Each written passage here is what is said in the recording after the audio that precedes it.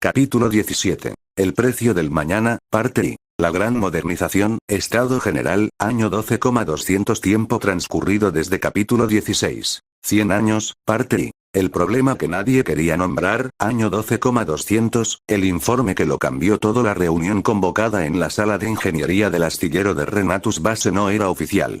No tenía agenda preparada. No había consejeros con títulos ni representantes con credenciales.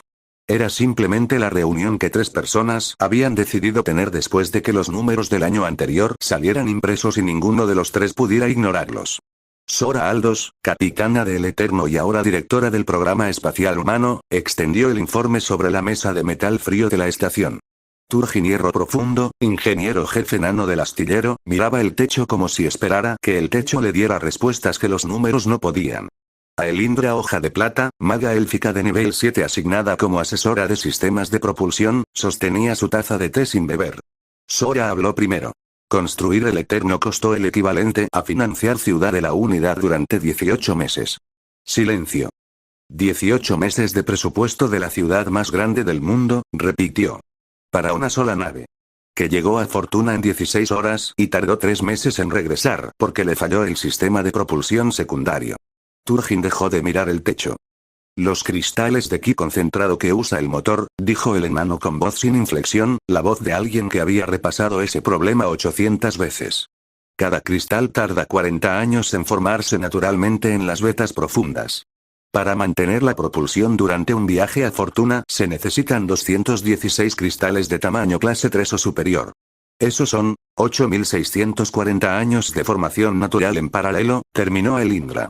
Si usamos todos los depósitos conocidos sin reposición, tenemos material para 4 naves más. Después de eso, esperamos otros siglos. Nueva pausa. Sora cerró el informe. Entonces el problema no es que no podamos ir al espacio, dijo. Es que no podemos permitirnos ir al espacio. No de esta manera. Celestia escuchó cada palabra de esa conversación a través de su omnisciencia planetaria. Exactamente, pensó el planeta. Ese es el diagnóstico correcto y es el mismo problema en todo. No solo en las naves. En los cristales de armadura de los caballeros estelares. En los componentes rúnicos de la gran aguja. En cada pieza de adamantio estelar que los enanos sacan del subsuelo con meses de trabajo tienen tecnología excepcional.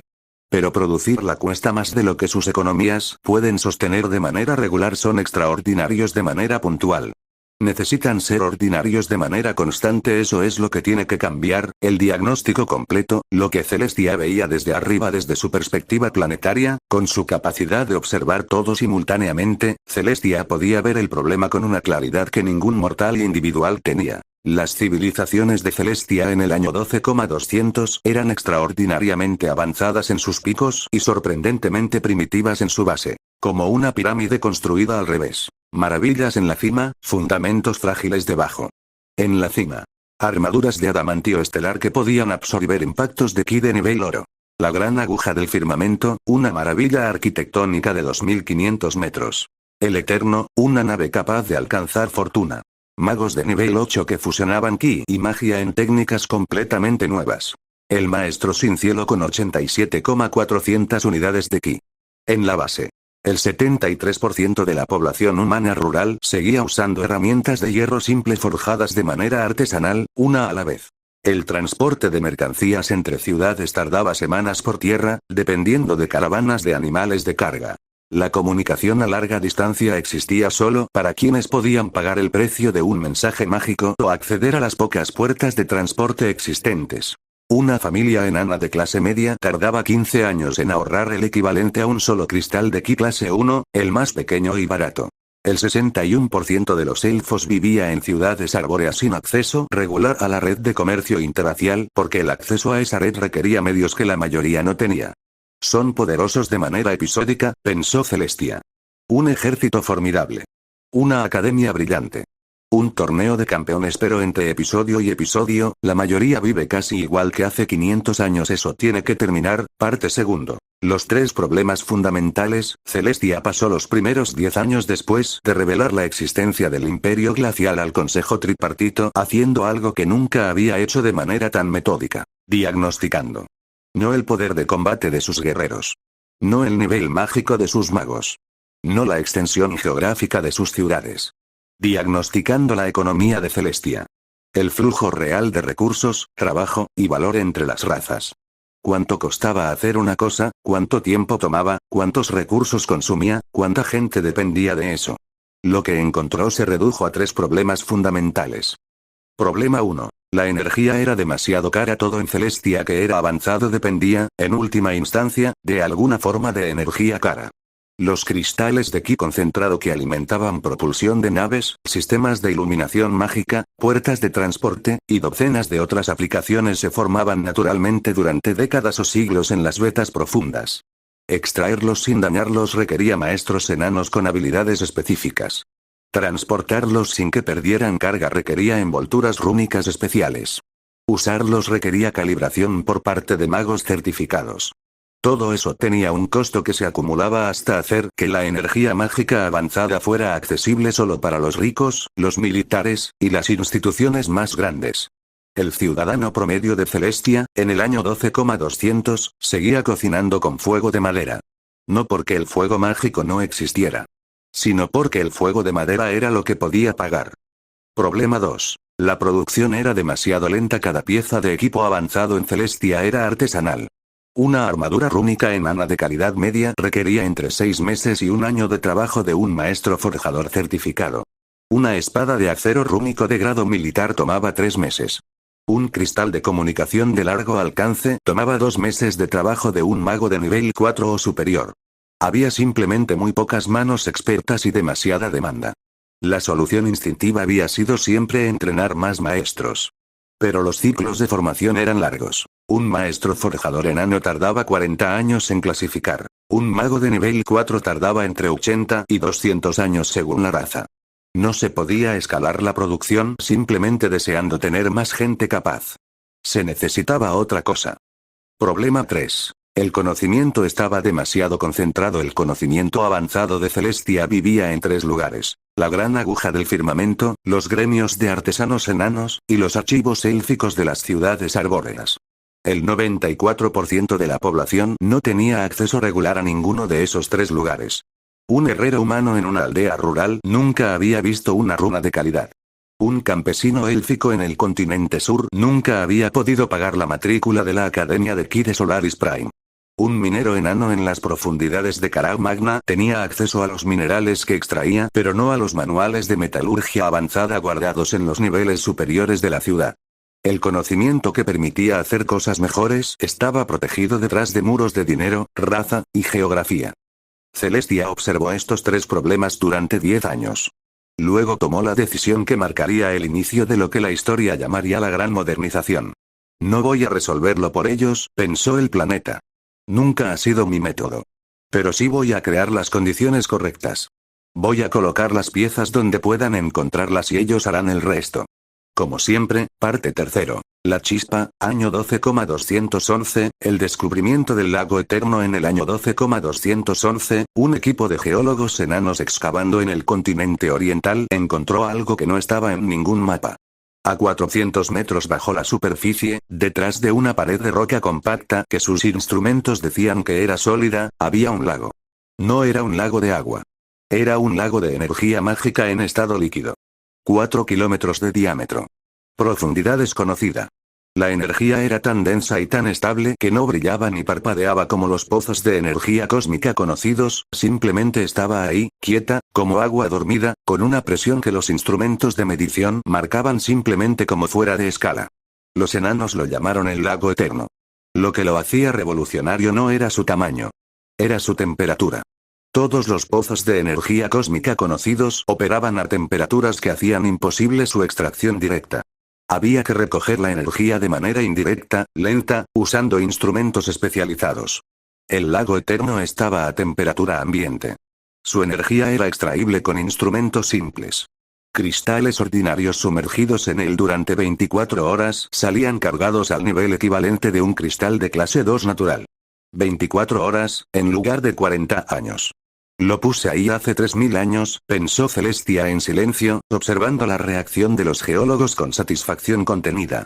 Esperando el momento en que alguien tuviera el ángulo de excavación correcto para encontrarlo. Han tardado un poco.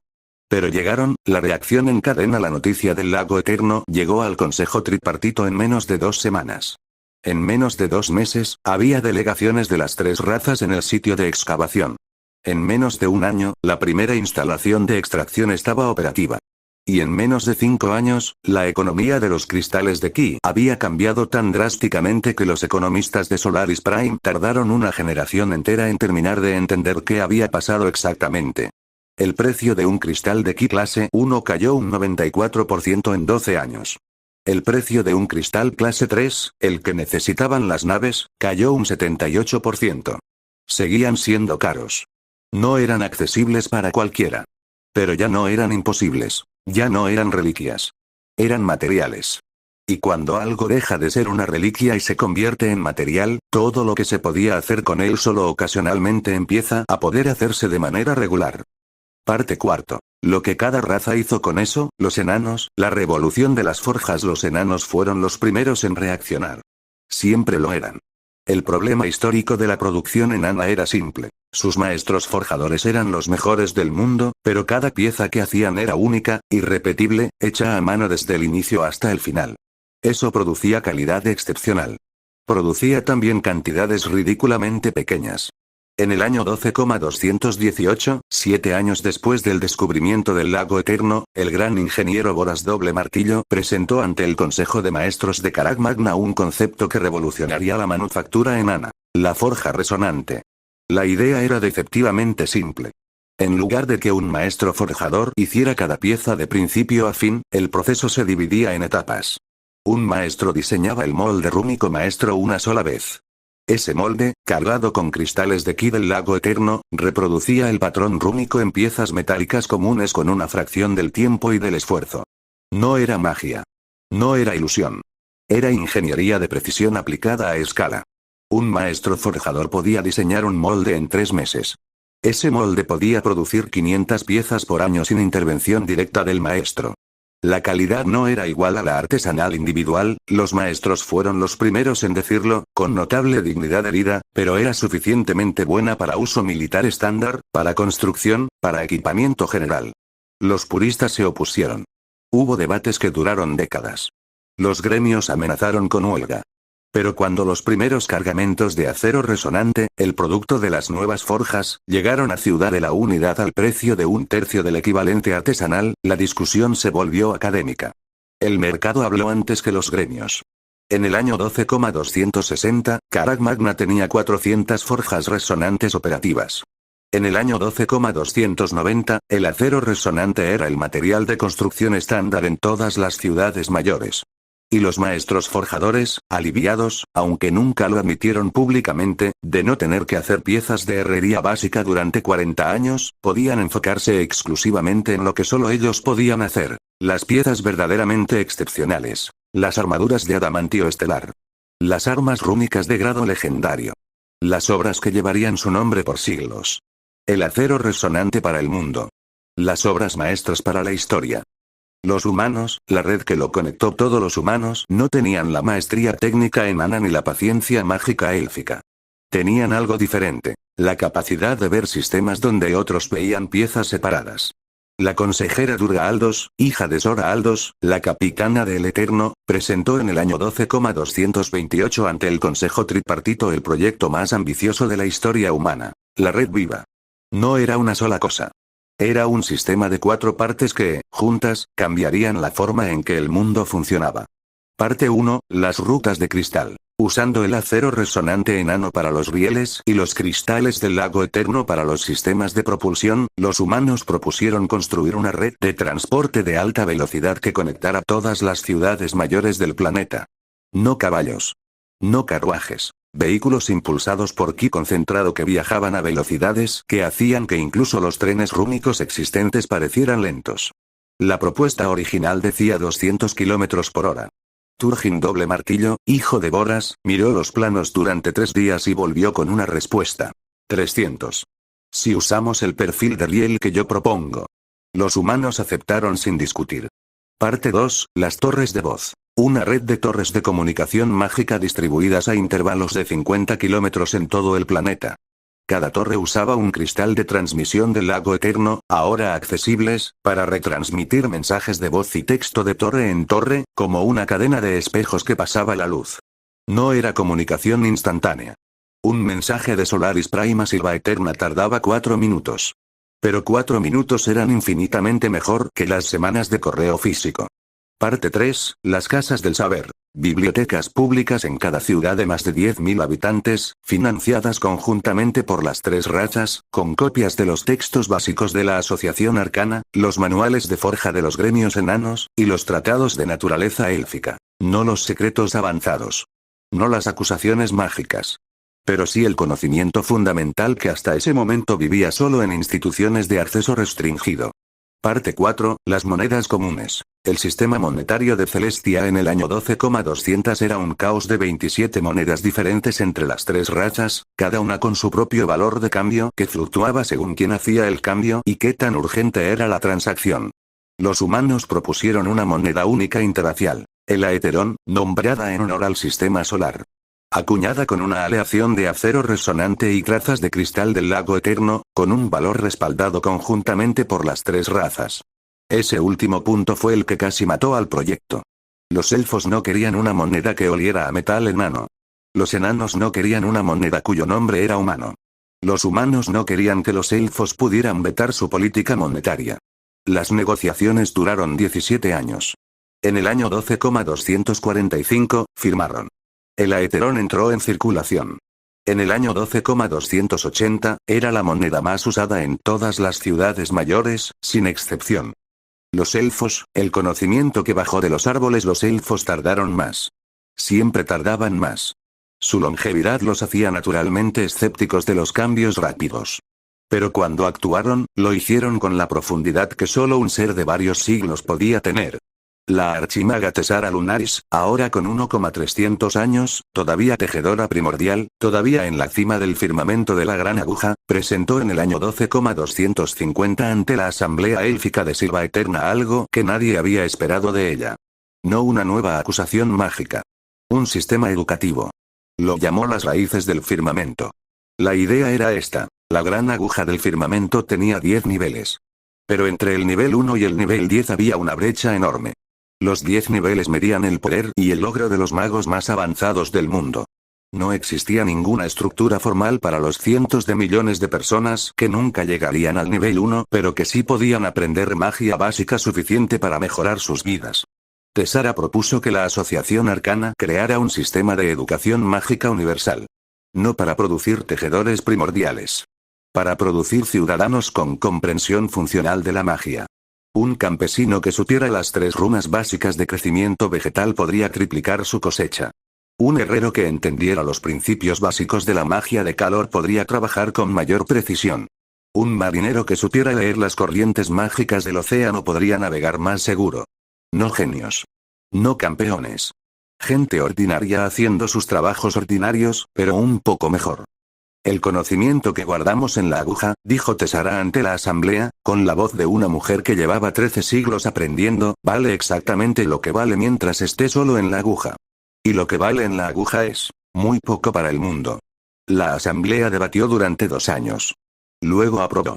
En el año 12,260, la primera generación de maestros itinerantes, magos de nivel 3 o superior pagados por la Asociación Arcana para viajar por el mundo y enseñar runas básicas en aldeas, pueblos y ciudades pequeñas, salió de Silva Eterna. 100 maestros itinerantes en el primer año. 500 en el quinto año. 3000 en el 20º año. En el año 12,290, el 34% de la población adulta de Celestia tenía conocimiento funcional de al menos 3 runas básicas. En el año 12,330, ese porcentaje era 61%. Celestia observaba el número crecer con la misma emoción que había sentido cuando la primera célula se dividió en sus océanos hace millones de años. Así es como se empieza realmente, pensó el planeta. No con genios. Con que la persona ordinaria pueda hacer algo un poco mejor. Parte V. El costo real, lo que nadie celebraba en los discursos. La gran modernización era real. Sus resultados eran medibles. Sus beneficios eran indiscutibles. Pero tenía un precio que los discursos oficiales mencionaban poco. El costo para los enanos. Las forjas resonantes cambiaron la economía enana radicalmente. Lo que no cambiaron fue la extracción de los minerales que las alimentaban. El acero resonante requería hierro de calidad. El hierro de calidad vivía en las venas profundas del planeta, a 2, 3, 4 kilómetros de profundidad. Sacarlo seguía siendo igual de difícil que siempre. Excavación manual, explosivos rúnicos, estructuras de contención, transporte en vagonetas por kilómetros de túnel.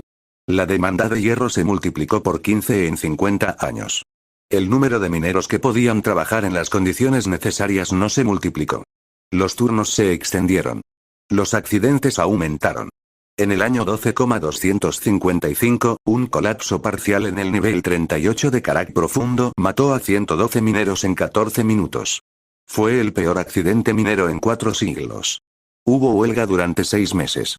El Consejo Enano respondió con mejores sistemas de seguridad, salarios aumentados, y turnos reducidos. Pero la presión sobre las minas no desapareció. No podía. La modernización dependía de los metales, y los metales dependían de las minas, y las minas dependían de los enanos que bajaban cada día a lugares donde la roca podía decidir colapsar sobre ellos. Eso no cambiaba con buenas intenciones. El costo para los humanos. La red viva era brillante en concepto y brutalmente costosa en ejecución.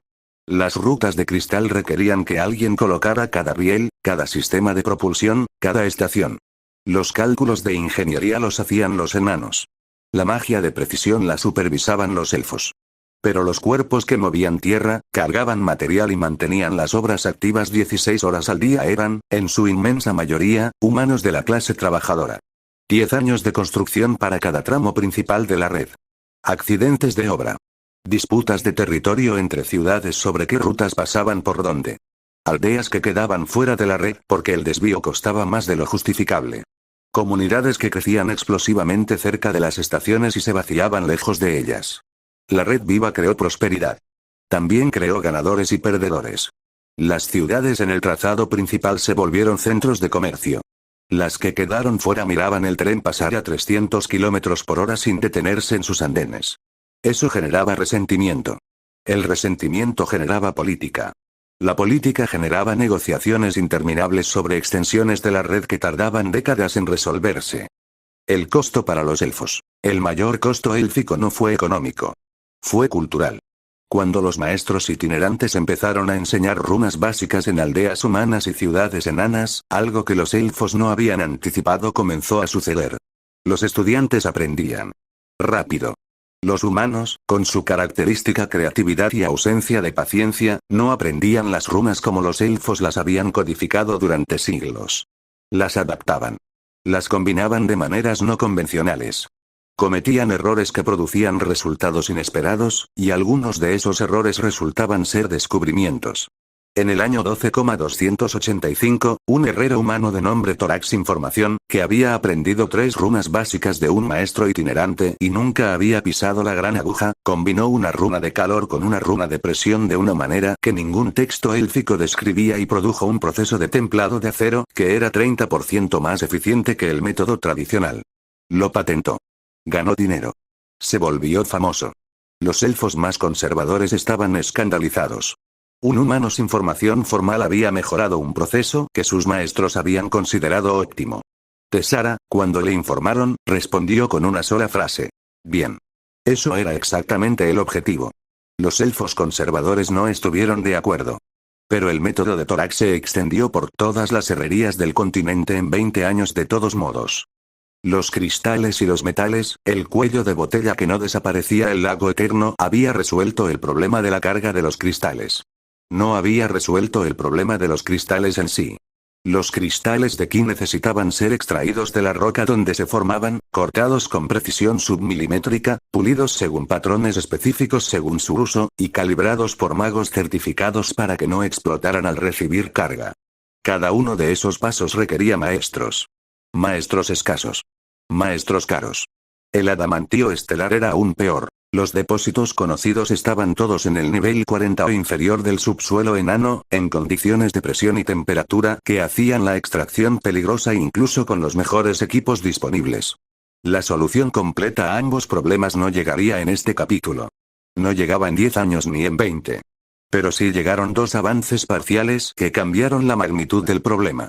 Avance 1, el cortador de luz, año 12,271, una maga humana de nivel 5 llamada Mara Voz Fría trabajó durante 12 años en combinar la magia de precisión élfica con el conocimiento de forja enano para crear un instrumento que los talladores de cristales llamaron simplemente el cortador de luz. Era un dispositivo del tamaño de una mano que canalizaba un haz de energía mágica tan preciso que podía cortar un cristal de ki con exactitud de 1/10 de milímetro, sin astillar, sin calentar el material circundante, sin desperdiciar un gramo del cristal. Antes del cortador de luz, el desperdicio promedio en el proceso de corte de cristales era del 34%. Con el cortador, caía al 4%. No era automatización. Seguía necesitando manos de maestro.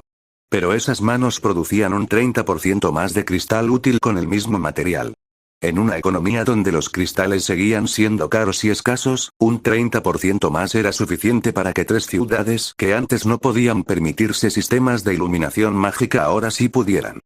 Avance 2, los túneles sellados, año 12,303, el gran ingeniero Dura Hierro Profundo, nieta de Turgin, la ingeniería enana transmitida generación a generación, desarrolló un sistema de excavación que los enanos llamaron túneles sellados. Galerías presurizadas con atmósfera controlada que permitían trabajar en el nivel 40 del subsuelo en condiciones razonablemente seguras para períodos de hasta 12 horas continuas. No eliminó el peligro. Las profundidades nunca eran completamente seguras. Pero lo redujo lo suficiente para que pudieran trabajar el doble de turnos en los depósitos de adamantio estelar. La producción anual de adamantio estelar pasó de 12 toneladas a 29 toneladas. 29 toneladas era todavía una cantidad ridículamente pequeña para las necesidades del mundo. Una armadura completa usaba aproximadamente 80 kilogramos. Un casco de nave espacial reforzado con adamantio estelar requería 4 toneladas por panel. Pero era más del doble de antes. Y el doble era suficiente para empezar a hablar de armamento regular para una unidad de élite en lugar de una pieza cada varios años para el guerrero más destacado. Parte sexto. Celestia observa, año 12,350, el planeta hace balance en el año 12,350, 150 años después del inicio formal de la gran modernización, Celestia manifestó su avatar en la cima del monte sin nombre del continente norte, el punto más alto de su superficie, 12.000 metros sobre el nivel del mar, y desde allí observó. Permíteme ver lo que tenemos, pensó el planeta. Análisis de progreso, año 12,350 población. 1, 240, 000, 1, 24 mil millones, infraestructura. Rutas de cristal. 47,000 kilómetros completados. Conectan las 18 ciudades mayores y 94 ciudades secundarias. Velocidad estándar. 300 kilómetros por hora. Velocidad de carga. 180 kilómetros por hora. Torres de voz. 8,400 torres activas. Cobertura del 71% del territorio habitado.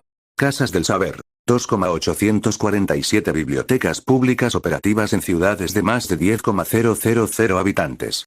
Moneda Aeteron. Moneda oficial de facto en el 89% del comercio interracial. Producción. Forjas resonantes. 1,847 activas en territorio enano. Producción de acero resonante. 8,2 millones de toneladas anuales. Cristales de ki, lago eterno. Precio promedio cristal clase 1. 12 Aeteron. Era 840 en el año 12,100. Adamantio estelar. 29 toneladas anuales. Precio. 4,200 Aeteron por kilogramo. Sigue siendo caro. Pero ya no es solo para campeones. Educación mágica. Maestros itinerantes activos. 4,200, población adulta con runas básicas funcionales. 68%, porcentaje que puede realizar al menos un hechizo práctico simple. 34% tecnología espacial. El Eterno. Operativo. Realiza viajes regulares a Fortuna Base, ahora mensualmente. Nuevas naves en construcción. 3. Costo reducido en 60% vs el Eterno original, tiempo estimado de finalización primera nueva nave. 4 años, 150 años, pensó Celestia desde la cima de su montaña más alta. En 150 años han pasado de una civilización de picos extraordinarios y base frágil a algo más equilibrado. Todavía no lo que necesitan ser. Todavía hay demasiadas personas que viven demasiado lejos de lo mejor que el mundo puede darles, pero la dirección es correcta. La velocidad es real y lo más importante, lo están haciendo ellos. Yo coloqué el lago eterno. Yo ajusté las temperaturas de la roca para que lo encontraran. Pero las forjas resonantes las inventó Boras. La red viva la diseñó Durga. Las raíces del firmamento las propuso Tesara, los descubrimientos son de ellos. El progreso es de ellos, yo solo cuido el jardín, el viento del continente norte era helado incluso en verano. Celestia lo sintió pasar a través de su avatar sin incomodidad. Pensó en el Eterno cruzando el espacio hacia Fortuna mensualmente. Pensó en Drag Piedra Roja con su armadura de adamantio estelar absorbiendo impactos sin moverse. Pensó en las torres de voz transmitiendo mensajes de un extremo del planeta al otro en 4 minutos. Pensó en el imperio glacial, expandiéndose en algún lugar del universo, avanzando hacia este sector a su ritmo metódico de conquista. Siglos todavía, se recordó. Probablemente siglos, pero hay trabajo que hacer. Y el trabajo de esta era es este. Que el mundo ordinario alcance al mundo extraordinario capítulo a capítulo. Año a año hasta que no haya diferencia entre los dos. El avatar de Celestia bajó lentamente de la montaña, hacia el mundo que seguía construyéndose debajo. Fin del capítulo 17, resumen del capítulo 17. Tiempo. Año 12,200, año 12,350, 150 años, el problema central. Las civilizaciones de Celestia eran extraordinarias en sus picos pero tenían base frágil. Tecnología de élite inaccesible para la mayoría. El Eterno demostró el potencial y también el costo insostenible del modelo actual. 3 problemas fundamentales identificados. 1. La energía, cristales de ki, era demasiado cara y escasa. 2. La producción era demasiado lenta y artesanal. 3. El conocimiento estaba demasiado concentrado en pocas instituciones. El catalizador. El lago eterno, año 12,211. Depósito de energía mágica líquida a temperatura ambiente. Carga cristales clase 1 en 24 horas vs 40 años naturales. Precio de cristales clase 1 cae 94% en 12 años. Respuestas de cada raza. Enanos. Forjas resonantes, Boras doble martillo, año 12,218. Producción industrializada de acero resonante. 1,847 forjas operativas en año 12,350. Túneles sellados, dura hierro profundo, año 12,303. Extracción de adamantio estelar duplicada. Humanos.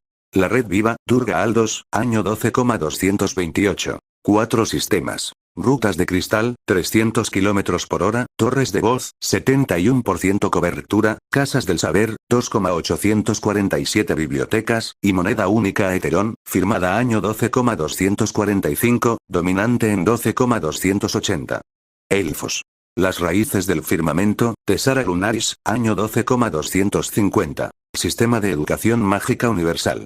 Maestros itinerantes. 68% de la población adulta con runas básicas funcionales en año 12,350. Avances tecnológicos clave. El cortador de luz, Mara voz fría, año 12,271. Reduce desperdicio en corte de cristales del 34% al 4%. Túneles sellados, dura hierro profundo, año 12,303. Producción adamantio estelar. 12T/año 29T/año. El costo real. Presión insostenible sobre mineros enanos, accidente Karak profundo, año 12,255. Desigualdad geográfica en la red viva. Ciudades fuera del trazado quedan atrás. Tensión cultural élfica ante la innovación no convencional de Torax Información. Estado al año 12,350. Población. 1, 24 mil millones, 47,000 kilómetros de rutas de cristal, 8,400 torres de voz, cristales clase 1. Precio reducido 94%, adamantio estelar. 29T/año, el eterno. Viajes mensuales a Fortuna. 3 naves nuevas en construcción. Poder de Celestia, año 12,350. Avatar. 620,000, crecimiento por aumento poblacional y avance civilizacional, el progreso tecnológico amplifica la energía que sus civilizaciones generan y que Celestia absorbe indirectamente. Posición en línea temporal. Todavía muy anterior al canon de Dragon Ball, Imperio Glacial. Sigue expandiéndose en su dirección pero siglos de margen, Saiyajin. Sin era espacial a un tema central. La grandeza no se mide en los picos, sino en qué tan alto está el suelo. El verdadero progreso es cuando lo extraordinario se vuelve ordinario. El costo del mañana lo pagan los trabajadores de hoy. Gancho para capítulo 18. La segunda fase de la modernización. ¿Puede la tecnología espacial volverse accesible? ¿Qué pasa cuando Drag Piedra Roja y los campeones del torneo empiezan a entrenar con el conocimiento de que hay un universo más grande? ¿El Imperio Glacial da señales de acelerar su expansión? La primera flota espacial de Celestia. ¿Es posible en este siglo? Gracias por ver y espero que les haya gustado. Esto lo hago por mero pasatiempo y para esas personas que les gusta esta clase de historia.